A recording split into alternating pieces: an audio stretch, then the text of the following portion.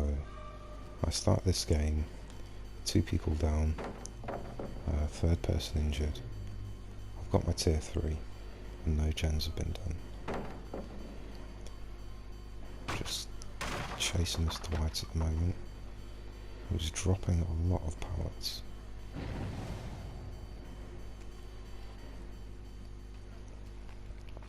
I think he's going to stay on this tile, so chase around this way.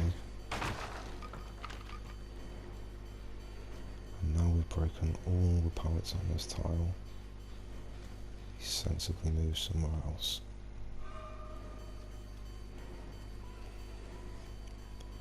Continue chasing even though I've lost my tier 3, because he is effectively one shot.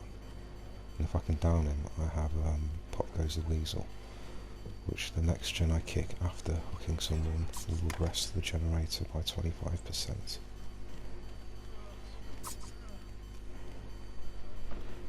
You can see he's quite a good player with the twists and turns and that.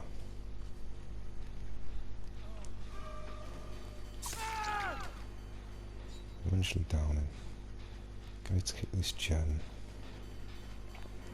Immediately get into a chase with somebody else. Turns out to be this David. Get a lucky hit on him, I don't know how that hit. But I didn't realise he has a flashlight. He blinds me and I drop the Dwight.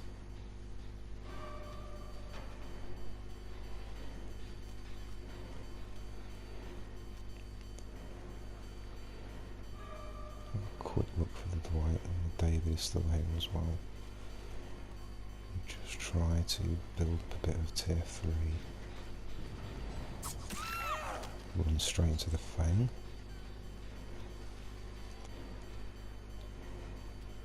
I mean, they're all bunched up there, so I'm bound to get someone. David tries to lead me away. I don't fall for it and come back and find Dwight here in the Fang. Dwight dead hards through me. Managed to down him.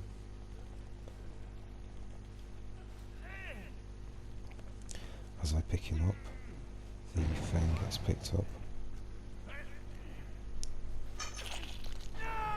I hook him, I pop the Weasel activates. Like this, just to make it easier. And then kick this gen. See scratch marks. And someone's gone straight in for the hook. I thought there was another way round there, but he's obviously gone into the corner and come back out. Again, juking me really well here. Baits me with the dead hard. Just have a quick look for the David, because I'm guessing he should be close by. Swing through the pallet with the hopes of making him drop it. Steve is just stood there for no apparent reason other than to lead me away from his friend, as he is healthy. And this is kind of the pattern these guys played. It's mainly these 3 guys, the David, the Steve and the Dwight.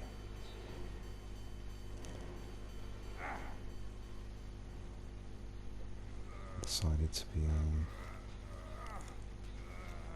quite cocky. We get the David down who has the flashlight and decide to hook him. As obviously once these hooked up, I should be able to get other people. He's popping this generator again. Steve runs right past me. Oh, it's right in front of my face. I drop him for his troubles. Get stuck on the log a bit there. Resume chasing David. Doesn't loot the shack. I'm worried about someone coming back and picking up Steve, so I go back and secure the hook. I know David's far enough away, it won't be able to blind me now.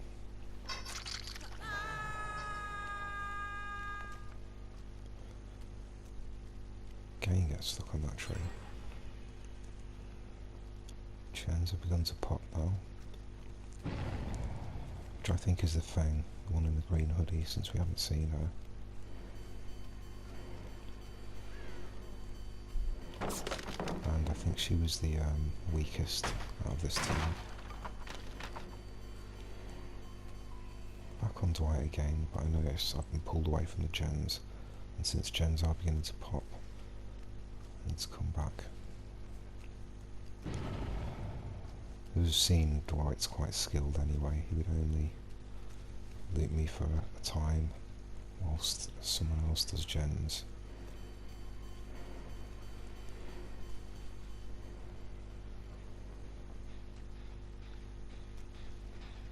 Yes, someone is doing another gen apart from the one by the shack. Just make sure there's no one else around here. And I find the thing.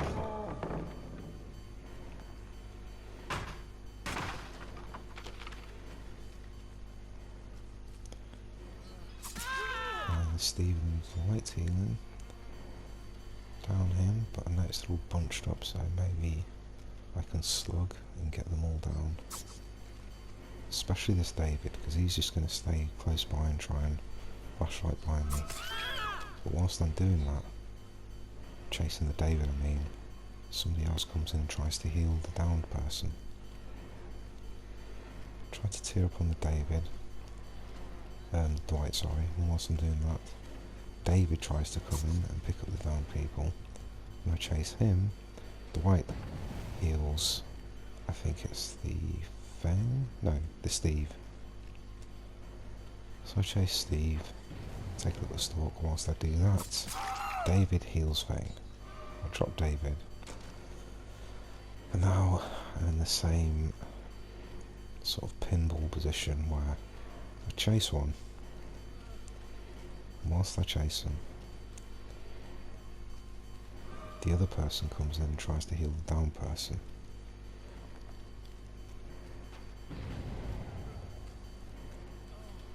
Now you're probably thinking, why don't I just pick the person that's on the floor up? Because there's at least two people near me, and they could body block me. And give the person I'm picking up enough time to wriggle free from my grasp. And there aren't any hooks that are close by anyway, so I'd need a clear path to walk straight to the hook. Like say that one.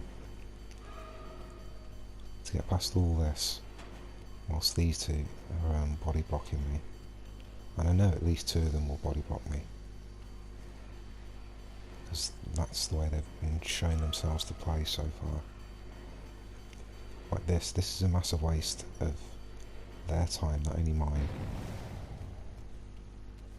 Really, the one healthy guy should be going for the body block. The two injured people should be healing each other or concentrating on finishing the last gen, getting the gates open. Not worrying about me hooking the guy that's on the floor, because once the gen's finished, once the gate's open, you can come back and unhook him anyway. If you come back as a team, there's no way I can even defend that. I know people like to say about, oh, face camping and all that. Face camping can be beaten if the entire team, all three people at once, come to the hook and block. A couple of you have to take hits, but guaranteed you'll get that person off and you'll get out. These guys didn't want to do that.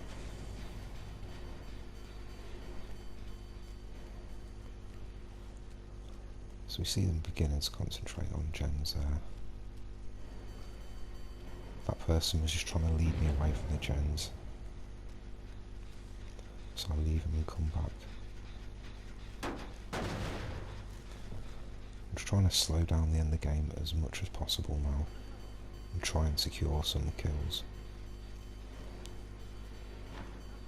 But they're making it very, very difficult.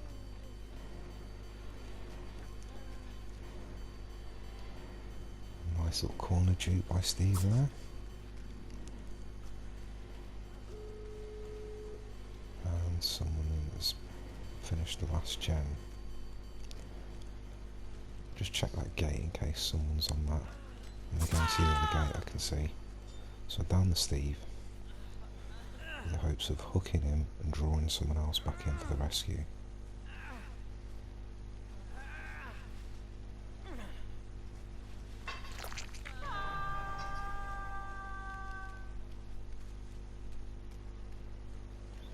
I see some of the gates, so I think maybe I can get there and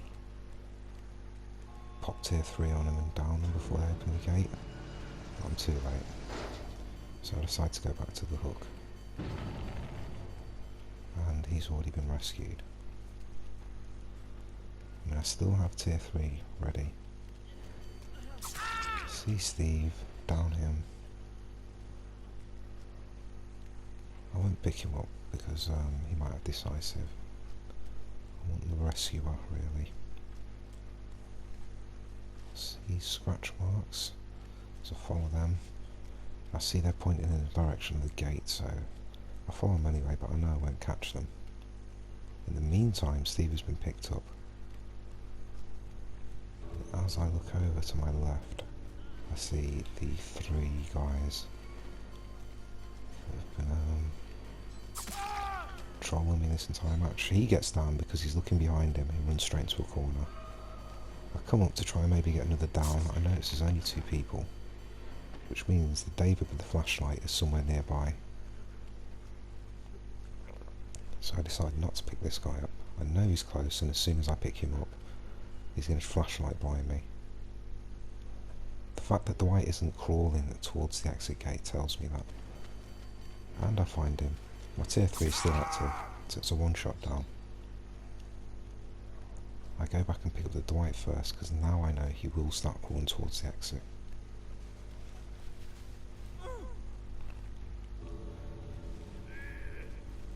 David won't make it to the exit from there, I don't think.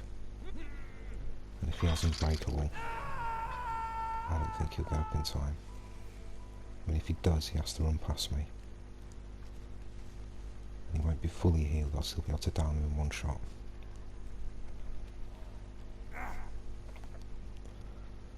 Instead, you see, he's kind of resigned to his fate there.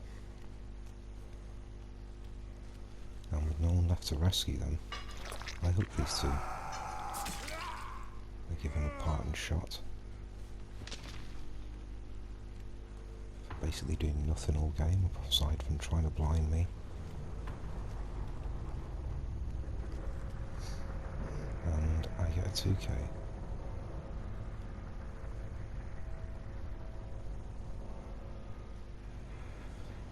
And yeah, that is,